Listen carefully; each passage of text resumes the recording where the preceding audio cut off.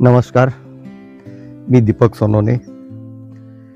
Eco friendly नर्सरीच्या YouTube चॅनलवर आपल्या सर्वांचे सहर्ष स्वागत. आपण मागचा व्हिडिओ जो घेतला होता शासकीय अनुदान, हा शासकीय अनुदानाचा भाग 2 आहे.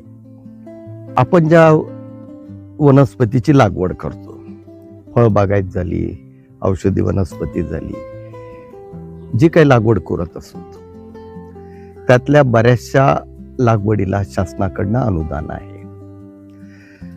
स्पाइस गार्डन, नारळ, जायफळ याला चांगल्यापैकी अनुदान आहे. पण ते अनुदान मिळण्यापूर्वी आपल्याला आपल्या ठिकाणी असलेले तालुका कृषी अधिकारी यांना अर्ज करून, यांना भेटून, यांच्याकडनं माहिती घेऊन त्याची लागवड करायची. दुसरी गोष्ट, लागवड करताना जी आपण लागवड करणार आहोत त्याची जी काही रोपं असतील ती शासन मान्य नर्सरीतूनच घ्यावीत, जेणेकरून आपल्याला अनुदान मिळणे सोपं होतं. फळबागायतसाठी जे आहे त्याच्यासाठी विद्यापीठाच्या वेगवेगळ्या नर्सरीज आहेत किंवा विद्यापीठाने मान्यता दिलेल्या काही नर्सरीज आहेत. अशा मान्यता प्राप्त नर्सरीतून जी झाडं घेऊन आपण लागवड कराल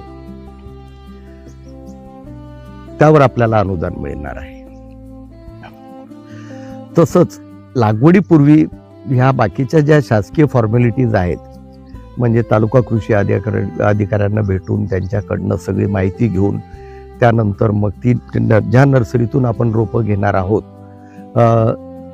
त्या नर्सरी त्याला म्हणजे शासकीय मान्यता आहे की नाही याची चौकशी करणं गरजेचं आहे. काही वेगवेगळ्या विभागात काही वेगवेगळ्या अनुदानाचे प्रकार आहेत. दुसरी महत्वाची गोष्ट अशी